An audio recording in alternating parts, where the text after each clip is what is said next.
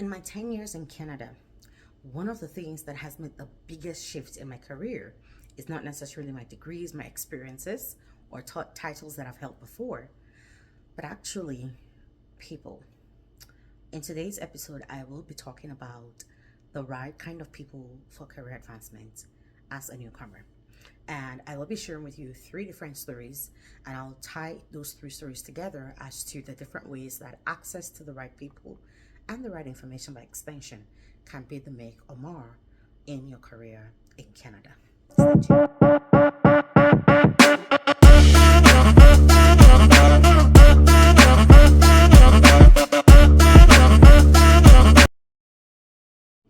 Welcome back. So, story number one that I'm going to share. I will share with you about a time that when that sounds like an interview answer about a time. Anyway, I will share with you about a time that this was during my master's program. They had brought in different people to talk to us about different things, and this woman in particular had come in to talk to us about her journey. She was a deputy minister at the time. Yes, she was a deputy minister at the time, and she was brought in to talk to us about what her career journey had looked like, what senior leaders expect from you. We were preparing to start our executive internship at the time, and when she was sharing and she was talking about her journey now, this ties into the last episode that we talked about me leveraging temporary jobs for career advancements. Yes.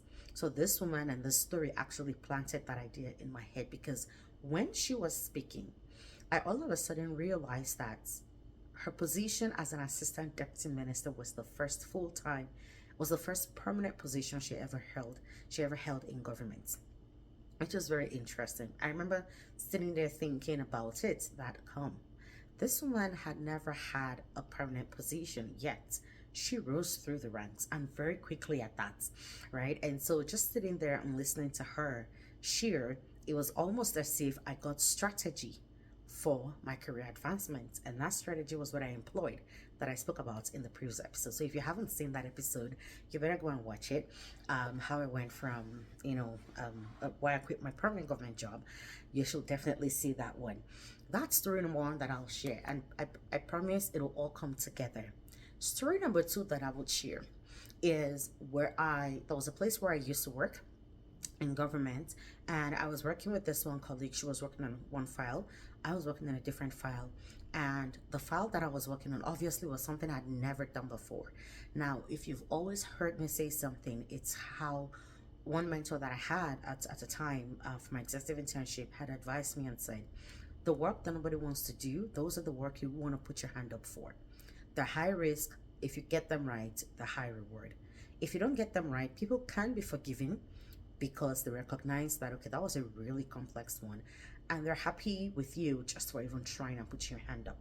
And senior leaders notice those kind of things, right? So either ways, it's a win-win. However, this one, I didn't put my hand up. He told me to do it. And of course, I was an intern. I didn't say no. Plus, in my mind, I thought it was a good experience for me. But it was a tough one to do, especially for somebody who was still at the time trying to balance learning about government, because learning about it in classroom is one thing, learning about it on the job is another thing, right? And so I was learning, and at the same time I was trying to understand the system. I was trying to understand how things truly work, and I was also just thrown into this ocean of work that I had zero clue about. But I immersed myself so deeply in this. I learned about it. I learned so much about it. And this colleague in particular was someone that I would often go to help figure things out, because she had been there for so long. She was doing something similar, a little different but similar. And so I would also help her with the file I was working on. She would help with the file she was working on. I needed to do both in my ministry. She was doing one of them in hers, and she was also doing both, but she was leveraging my knowledge on this new thing we're all learning together, and I was leveraging her experience on the other thing I had zero clue on. And so that was happening. Fast forward a couple months later, we'd both moved on to different places, and then one day I got a call, and in Canada it's called shoulder tapping. I got a call from someone saying, "Oh, my name is so and so," and this person who mentions this lady's name had mentioned that if I wanted somebody who was highly knowledgeable and skilled at implementing this program, you were the go-to person in all of government. And I'm like, really? Oh, that's so sweet. Thank you. No, that wasn't my response. Of course, I played it cool. I played it cool. But suffice to say, I was shoulder top for that position. I got that job without even applying. I mean, they still make you send in a resume at the end of the day, but it's one of those jobs where, I mean, we all know it happens, right? It's one of those jobs where you know that, yeah, it's for someone. You see it online, you can tell this is for someone. Don't even bother. There's a way to tell those jobs. There's a way to tell those jobs. Reach out privately or ask me in the comments and I'll reach out privately. But there's a way to tell those jobs. And that's how I got that job. That's story number 2. Now, story number 3, I got to a level in my career and I realized that I need somebody who understands the way the insiders think to walk me through it. Suffice to say, I hit a ceiling, and that ceiling was not it was sort of a knowledge gap, but not the kind of knowledge you can find in a textbook or reading off of a website. It's the kind of knowledge that somebody with insider gists, with insider insight has to be able to give to you. And that insider gist that I needed was How White Men Think. That's a good book title. How White Men Think in Workplaces. Anyway, this is me daydreaming. I mean, who would read that kind of book? Tell me, let me know. All right, but that was the kind of knowledge I realized I now needed. How white men think in workplaces. And who better to tell me than a white man? And believe me, y'all, I came up with this idea that I needed specifically a middle-aged white man as a mentor. Period. I wasn't even mincing words. I know how it sounded. I remember saying that during a keynote speech that I was doing. And I could see the look of shock on the face of a white man who was right at the front table. But when I put context to it, it made sense. It makes sense, right? Suffice to say, said white man, middle-aged white man, is still very much a mentor and a very good friend of mine now today, right? But I realized I needed one. And guess what? I somehow went out and found one and got one. Lucky for me, at the time I found one in my direct boss, which it was the biggest blessing of all. Now, why am I sharing all of these 3 stories? I'm sharing because, like I mentioned earlier at the beginning, yeah, you might see me go look down a little bit. I just have my notes down below. Yeah, you might see me look down a little. That will be why I'll be looking down, but we've gone past that. But I mentioned earlier that relationships and the relationship I invested in, and sometimes maybe not just investing, but even stumbling into, they were a big part of my career success in Canada. Now, a lot of people will tell you you need a sponsor, you need a mentor. Those are true. You need both of those. I would agree. All right. However, there are other aspects of relationships that people tend to miss out. And that's why I shared this 3, because these are all 3 different people that I interacted with at different times. And one of them only is still very much active in my life today. And there are many others in between. Don't get me wrong. There are many others in between. But I just wanted to also help you understand that when it comes to building a thriving career in Canada, you have to understand relationship, not just from a mentor who teaches you things and helps you fill gaps, or a sponsor who speaks for you behind closed doors, but also understanding the seasonality of relationships and the role that they would play in your success per time. When I came out of that session with the deputy minister who had shared her story, and I tell people what I took out of that session, they do like a double take back. They're like, wait, were we in the same room with you? Because how did you hear all that? Right? And so, number 1, relationship you need. People who can give you access to the right information. People who can give you access to the right information. These are people you come across every single day. They're your classmates who might have information or access to information you don't have, right? They are your colleagues at work who might have access to information you don't have. They are your friends, neighbors, church members, mosque members, whatever. They're people all around you. Everybody around you is a potential access or channel to information that you need that could make or mar your career growth, right? So really just ask yourself, who are the right people that I need to go to access the right information? There are some people who all they need is just one tiny little information, and that's the missing link, something you don't know. So really ask yourself per time, who are the people that I can access? There are people who you know. Anything you want to know in this life, they don't always have the answers, but they know people who have the answers. I'm one of such people, so feel free to ask me. All right. If I don't know, I will find somebody who knows. All right. So, but anyway, that's number one. Right. So, um, having the right relationship. There was something that Omar mentioned that really just sets me up in how I viewed my job. Now that was also echoed later by my mentor when he also told me that treat every job like a temporary job, and you won't have to worry whether or not you hold a temporary job or a permanent one. What matters is how you use it to position yourself, not even for the next job you want, but the one after that. Now, those are the kind of things that, yes, a mentor will tell you. So, number two, mentors. Mentors. I will not overflock this one because we all already know we need them. Number three, sponsors. I will not overflock that one either because we all already know we need them. Now, number four, this one might be a little tricky because it's a little different from just mentors. Advisors. These people may not necessarily have any kind of relationship with you, but there are people who maybe, let's say at your workplace you find somebody who is extremely good at critical thinking, and you write something, you want them to be able to critique it.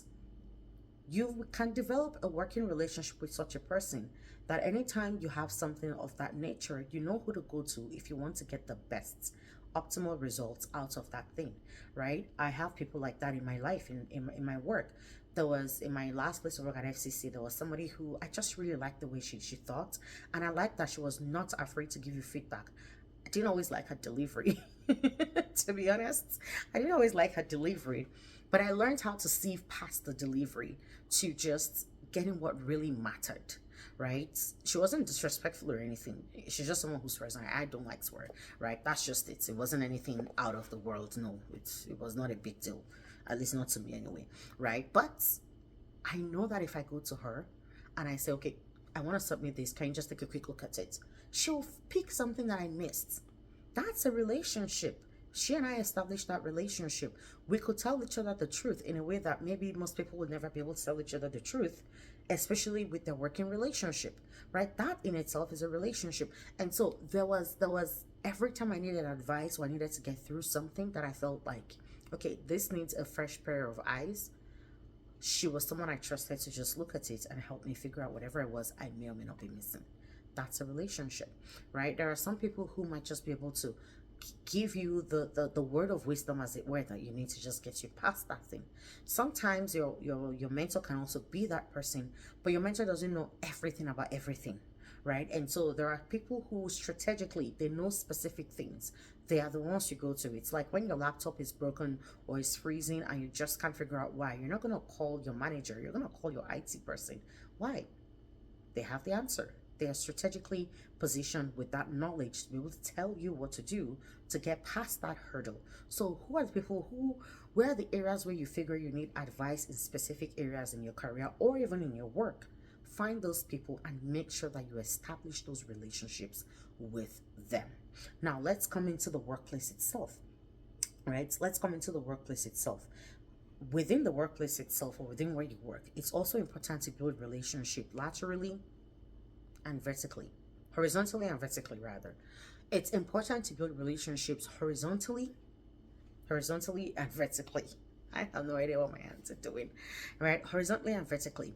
Now, what this means is that you want to connect with senior leaders as much as you can to the degree that your organization allows for that. Now, oftentimes with senior leaders, your likely best bets of accessing them, depending on how the organization is set up too, is probably at social events within the workplace. So if you have the opportunity to go to those events, find some of them and try and establish relationship with them and get them to mentor you if you can.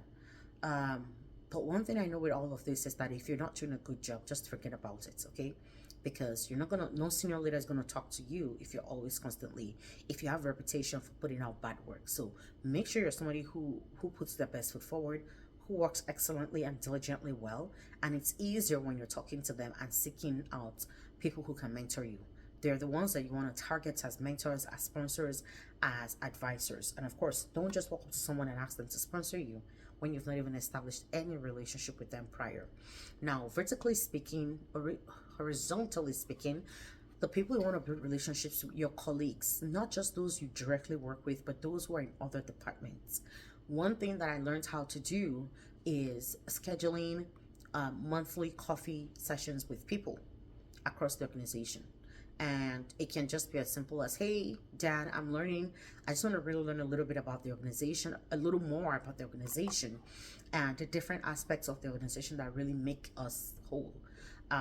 And so I'm scheduling this monthly coffee with people in other areas just to learn about your work, how your work and mine intersects or impacts one another.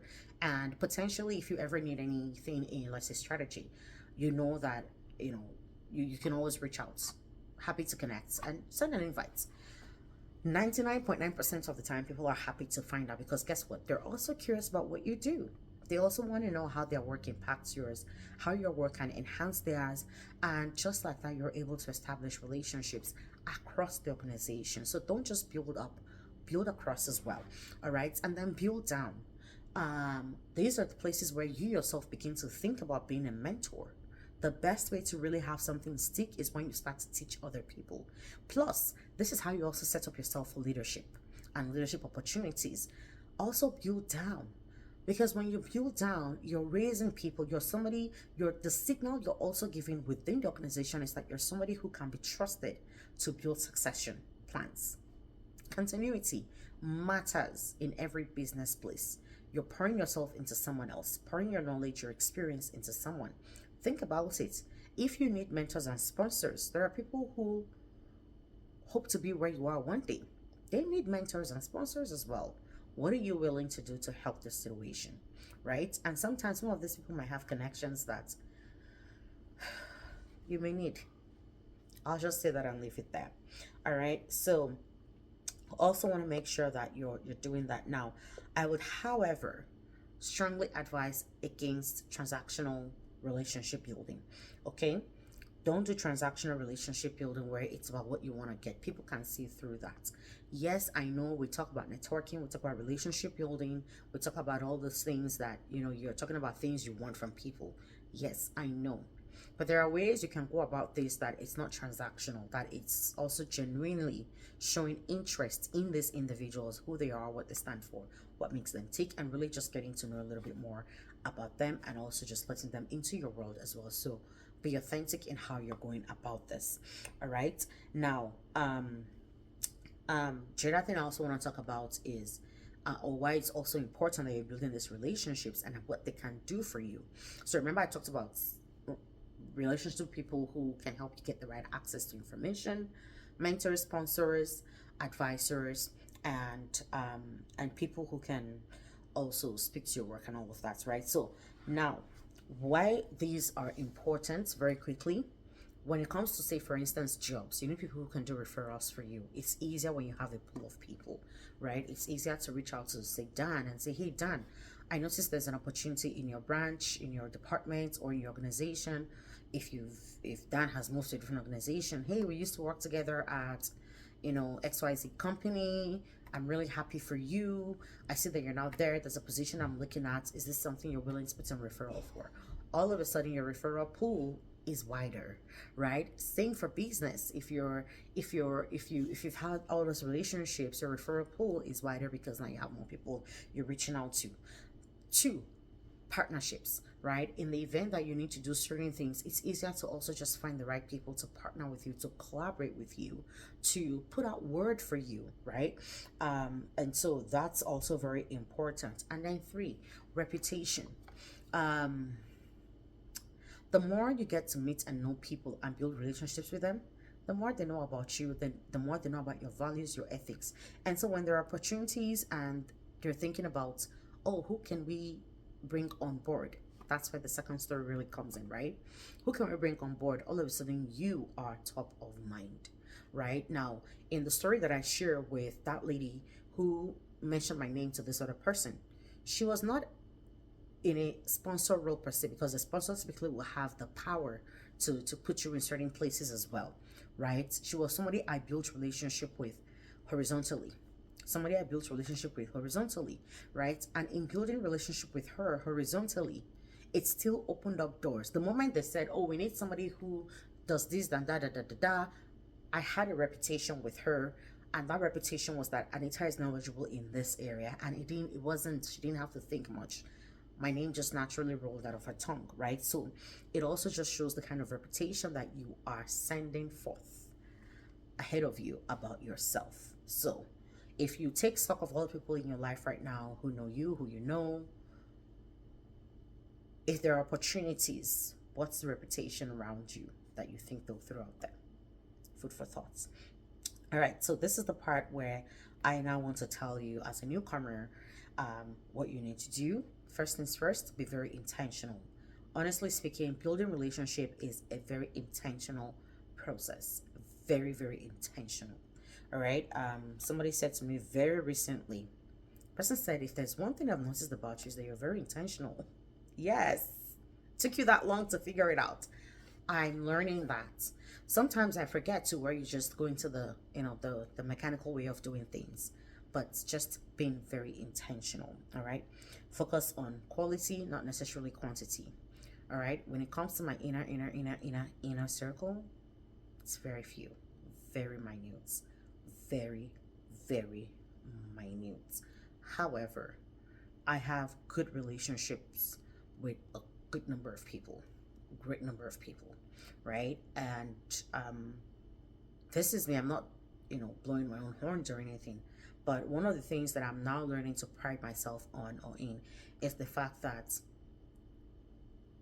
I know people, but it took years of intentionally building those relationships. All right, it took years of building those relationships. I used to joke a lot about how don't walk downtown with me over lunch hour because we'll never get to our destination. But I'm even thinking a whole lot more about how true that is in recent times than I have ever before.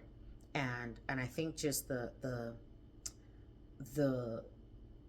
how impactful that has been for me, even more lately than even then, is really just mind blowing. Okay, so be intentional. The second thing is give first. Have a giver's mindset. There's a book I have, The Go Giver. I love that book. I love that book. I love that book. Honestly, I would recommend that book 1,000 times to any and everybody. The Go Giver. I forget who the author is, but it's a really good book, and it really just talks about giving of yourself, of your time, of your resource, of your skill, of your talents. You see a problem, solve it. Solve it, honestly.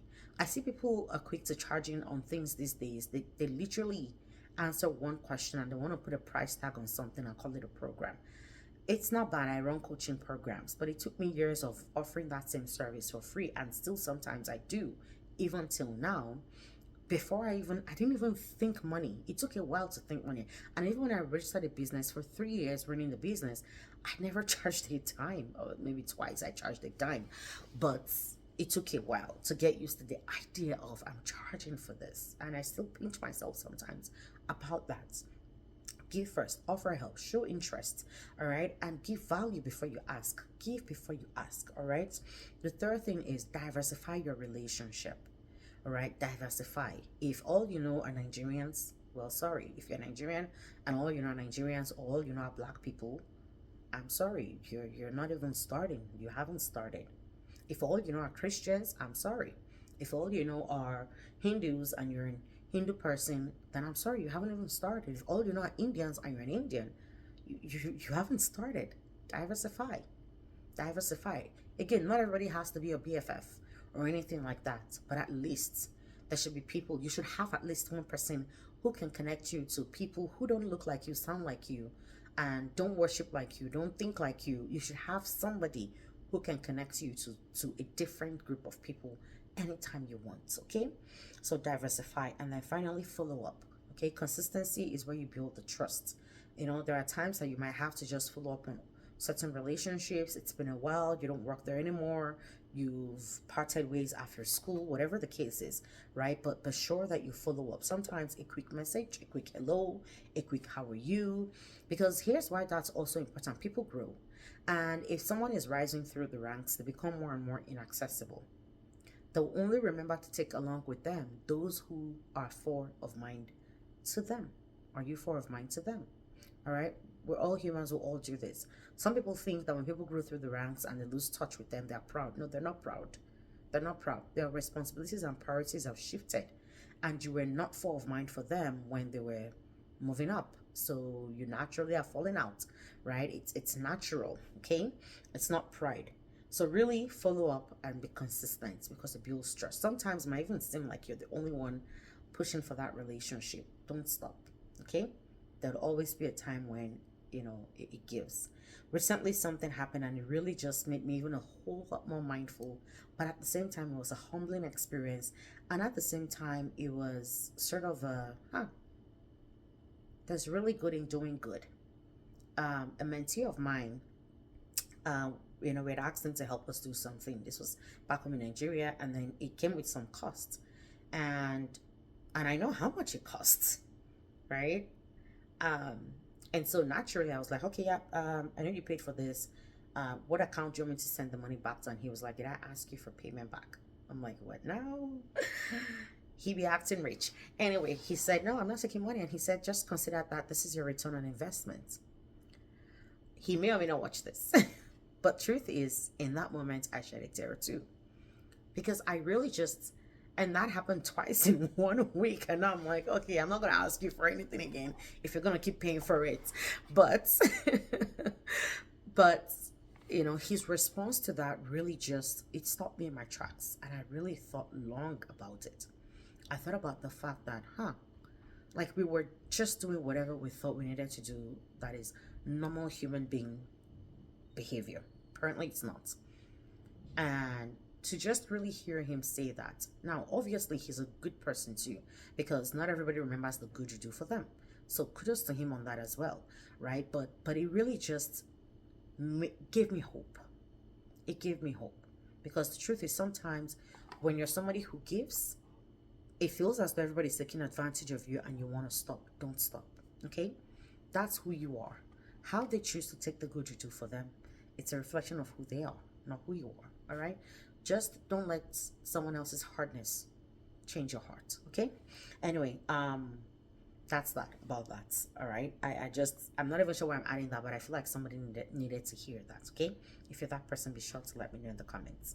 All right, so I will leave that here for now, but honestly, looking back, I would say this, that the journey that I'm on and I've been on and will obviously continue to be on, it wasn't built on chance. There's a lot of intentionality that has gone in building and developing relationships, in positioning myself, in doing all of that, and even in my faith, even in my faith, quite frankly.